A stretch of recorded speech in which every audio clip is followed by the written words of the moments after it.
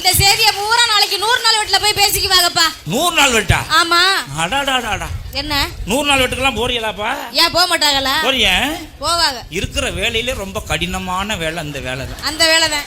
ஆத்தாடி வேலைன்னா வேலை. ஏன் கேக்குற? காலையில எந்திரிச்ச உடனே பொட்டு பூவு புட்டாமாவெல்லாம் அடிச்சுக்கிட்டு வருஷ கட்டி போவாக வாரு. எதுக்கு அது? போட்டா பிடிக்க போடல. நேர போய் குளத்துல இறங்கிடுவாங்க.